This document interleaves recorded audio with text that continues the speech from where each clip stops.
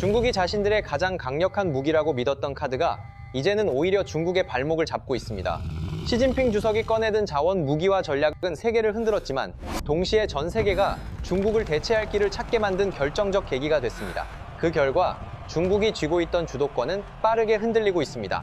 최근 중국 공산당 최고 지도부 중나나이 밀실에서는 그야말로 전례 없는 비상 상황이 벌어졌다는 해석이 나옵니다. 최고 권력자 시진핑 주석이 자신의 정치 인생은 물론 중국 공산당 역사 전체를 통틀어도 치명적인 패착을 저질렀기 때문입니다. 많은 언론이 중국 경제의 위기를 말하지만 그 핵심 원인을 정면으로 짚는 경우는 많지 않습니다. 그러나 지금 벌어지는 일은 분명합니다. 한때 전 세계를 압박하던 중국의 가장 날카로운 무기가 산산이 흔들리고 있고, 세계 주요 지정학 전문가들 역시 중국 경제와 국가 안보가 중대한 위기에 직면할 수 있다고 경고하고 있습니다. 이 사태를 이해하려면 먼저 우리가 오랫동안 당연하게 여겨온 착각 하나부터 걷어내야 합니다. 바로 중국의 절대 반지처럼 여겨졌던 희토류에 대한 환상입니다. 희토류라는 이름 때문에 많은 이들이 이것을 지구상에 거의 없는 특별한 광물로 생각하지만 실제로는 정반대입니다. 희토류는 지구 곳곳에 널리 존재하는 흔한 광물에 가깝습니다. 과거에는 미국이 전 세계 희토류 생산의 압도적 1위 국가였고, 그 뒤를 이어 일본과 대한민국도 희토류를 생산하던 시기가 있었습니다. 그렇다면 왜 1980년대 이후 중국이 전 세계 희토류 시장의 90% 이상을 차지하는 기형적인 구조가 만들어졌을까요? 중국의 과학기술이 다른 나라를 압도했기 때문이냐고 묻는다면 꼭 그렇다고 보긴 어렵습니다. 중국이 시장을 장악할 수 있었던 가장 큰 이유는 환경과 자국민의 건강, 생명을 희생하는 방식까지 감수했기 때문이라는 해석이 나옵니다. 희토류는 일반적인 흙 속에 매우 옅은 농도로 퍼져 있습니다. 이를 스마트폰이나 스텔스 전투기에 들어가는 금속으로 뽑아내려면 엄청난 양의 물이 필요하고, 흙을 녹이는 과정에서는 맹독성 화학 물질이 투입됩니다. 더 심각한 문제는 정제 과정에서 방사능 물질과 악성 폐수가 대량으로 발생한다는 점입니다. 미국, 일본, 한국 같은 선진국들이 이 작업을 쉽게 지속하지 못한 이유도 여기에 있습니다. 환경 정화 비용은 천문학적이었고 주민 반발 역시 거셌습니다. 아름다운 강산이 오염되고 국민 건강이 훼손되는 것을 감수할 수 없었기 때문입니다. 그래서 선진국들은 차라리 이 더럽고 위험한 작업을 포기하고 환경을 지키는 길을 택했습니다. 하지만 중국은 달랐습니다. 내몽골 자치구 같은 인적이 드문 지역에 거대한 시설을 세우고 강물이 오염되든 주민들이 병들어가든 이를 묵살했다는 비판을 받아왔습니다. 환경 파괴 비용과 사람의 목숨값을 사실상 무시했기 때문에 가격 경쟁력에서는 어느 나라도 중국을 이기기 어려웠던 것입니다. 결국 중국의 희토류 독점은 첨단 기술의 승리라기보다 자연과 사람을 희생한 대가라는 비판에서 자유롭기 어렵습니다. 문제는 중국이 그렇게 점유율을 끌어올린 뒤 어느 순간부터 그 힘을 과신하기 시작했다는 점입니다. 그 오만함이 극단으로 치달은 순간이 바로 시진핑 주석의 역사적 패착으로 이어졌습니다. 도널드 트럼프 대통령 시절, 미국이 중국의 불공정 무역 관행에 맞서 대규모 관세를 예고하자 중국은 미국으로 가는 희토류 수출을 중단할 수 있다는 식의 노골적인 압박 카드를 꺼냈습니다. 당시 미국의 첨단 반도체 공장과 전투기 생산을 담당하는 방위산업체들은 즉각 충격에 빠졌습니다. 공급이 끊기면 공장이 멈추고 국가 안보 체계에도 균열이 생길 수 있었기 때문입니다. 결국 미국 행정부는 관세 부과를 1년 유예할 수밖에 없었습니다. 겉으로 보면 중국의 승리처럼 보였을 수 있습니다. 시진핑 주석과 베이징의 관료들 역시 희토류 하나로 미국까지 무릎 꿇릴 수 있다는 자신감에 빠졌을 가능성이 큽니다. 그러나 바로 그 지점이 가장 치명적인 오판이었습니다. 진짜 전략가는 자신의 무기를 마지막 순간까지 감춥니다. 하지만 시진핑은 너무 이른 시점에 자신의 패를 드러냈습니다. 이것은 단순한 자존심 문제가 아니라 서방 전체에 중국이 공급망을 무기화할 수 있는 나라라는 사실을 각인시킨 사건이었습니다. 남의 약점을 잡아 협박하는 순간 상대는 반드시 국가적 차원에서 대체제를 만들기 시작합니다. 시진핑은 그 기본적인 전략 원리를 놓친 셈입니다. 그 후 전 세계 강대국들은 빠르게 움직였습니다. 그리고 가장 먼저 깊은 딜레마에 빠진 미국을 도운 것은 뜻밖에도 대한민국 기업이었습니다. 미국은 중국의 협박에 분노해 자국 내에서 희토류를 직접 확보하고 싶었지만 환경 오염이라는 현실적 장벽 때문에 쉽게 나서지 못했습니다. 바로 그 순간 고려 아연이 세계 최고 수준의 제련 기술을 앞세워 등장합니다. 고려 아연이 내세운 것은 친환경 습식 제련법이었습니다. 중국식 방식처럼 광석을 무식하게 파헤치고 맹독성 폐수를 그대로 버리는 방식과는 다릅니다.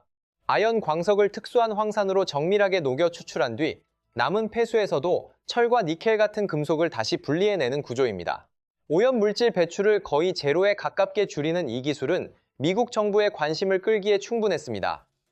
물론 중국식 방식보다 생산 단가가 높을 수밖에 없습니다. 하지만 이미 안보 위협을 절감한 미국은 비용보다 공급망 안정성을 더 중시하기 시작했습니다. 그 결과 미국 국방부와 상무부는 미국 테네시주의 옛 아연 재련소 시설을 고려 아연이 인수해 운영할 수 있도록 무려 11조 원을 투입하는 프로젝트를 추진했습니다. 여기에 미국 국방부가 40%의 지분을 직접 보유하는 방식까지 더해지며 사실상 민관 안보 동맹 성격의 초대형 사업이 만들어졌습니다. 최근 발표된 지정학 데이터와 전망 분석에 따르면 2029년부터 고려아연은 미국 본토에서 친환경 히토류를 포함한 13종의 핵심 전략 광물을 본격적으로 생산할 가능성이 높습니다. 중국이 가장 강력한 무기로 여겨온 카드가 한국 기업의 기술력 앞에서 빠르게 힘을 잃어가는 장면이 현실이 되고 있는 것입니다. 중국을 압박하는 흐름은 육지에서만 벌어지는 것이 아닙니다. 바다에서도 새로운 변화가 나타나고 있습니다. 최근 서태평양 깊은 해저에서 대규모 히토류 매장지가 발견됐고, 이 발견은 대한민국의 물리탐사 연구선 탐해3호가 수심호 800m 심해에서 찾아낸 성과로 주목받았습니다. 더 중요한 점은 이 지역이 특정 국가의 영해가 아니라 누구나 탐사할 수 있는 공해상이라는 사실입니다.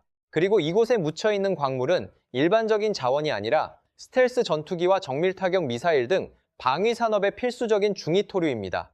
중히토류는 그동안 중국이 비대칭 무기처럼 활용해온 핵심 자원이었습니다. 만약 대한민국이 이 공해상에서 합법적으로 중히토류를 확보하고 고려아연 같은 기업들의 친환경 기술로 국내에서 직접 정제할 수 있다면 상황은 크게 달라집니다.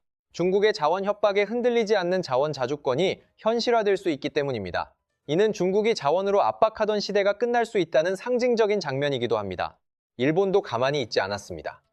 일본은 2012년 센카쿠 열도 영유권 분쟁 당시 중국으로부터 히토류 수출 중단이라는 직접적인 압박을 받았던 나라입니다. 센카쿠 열도는 중국명으로 위다오라고 불리며 1972년 미국 닉슨 행정부가 오키나와를 일본에 반환할 때 함께 넘겼지만 당시 영토권에 대해 애매한 태도를 보이면서 지금까지 분쟁의 씨앗이 됐습니다.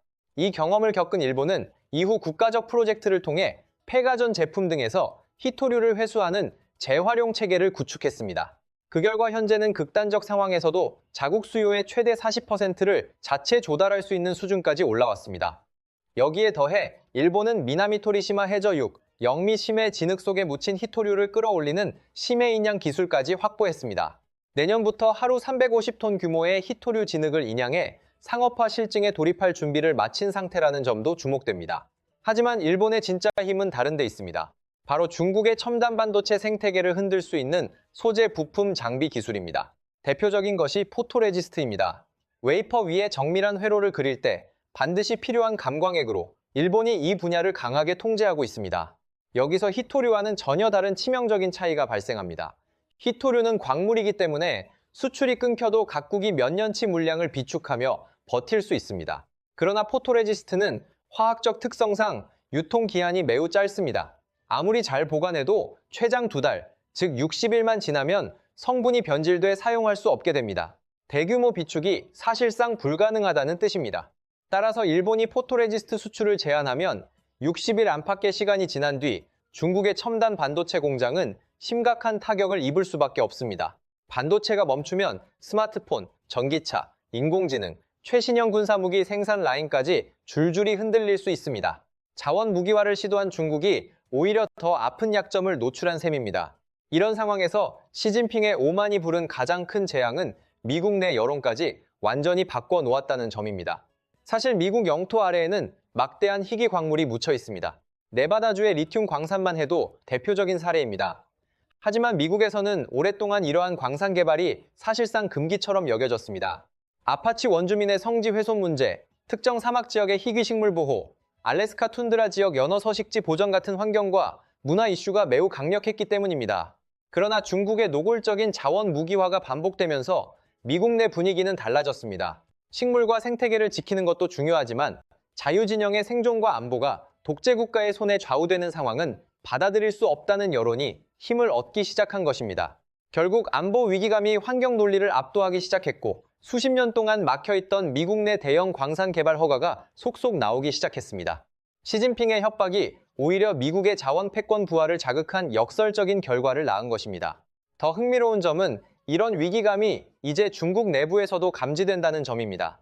최근 유출된 기밀 데이터 분석에 따르면 중국 공산당의 영향력이 강한 최고 국책 연구기관인 중국과 학원 내부에서도 매우 비관적인 보고서가 나온 것으로 전해졌습니다. 이들의 분석에 따르면 한때 전 세계 히토류 시장의 90%를 장악했던 중국의 점유율은 2035년경 30% 이하로 떨어지고 2040년에는 23% 수준까지 하락할 가능성이 제기됐습니다. 중국 최고 엘리트 집단조차 자원, 무기와 전략이 더는 지속 가능한 카드가 아니라고 보고 있다는 해석이 나오는 이유입니다. 결국 결론은 분명합니다. 시진핑 주석은 자원 독점의 힘을 과신한 채 전 세계를 향해 압박에 나섰고 그 과정에서 스스로의 무덤을 판 셈이 됐습니다. 맹독성 폐수로 산과 강을 병들게 하고 자국민의 건강을 희생하며 쌓아 올린 무기는 이제 유효 기간이 끝나가고 있습니다. 대한민국 기업의 친환경 정제 기술, 과거의 충격을 딛고 준비해온 일본의 심해 채굴과 반도체 소재 통제력, 그리고 국가 안보 위기감 속에서 과감하게 빗장을 푼 미국의 결단이 하나로 맞물리면서 중국의 히토류 카드는 빠르게 힘을 잃고 있습니다.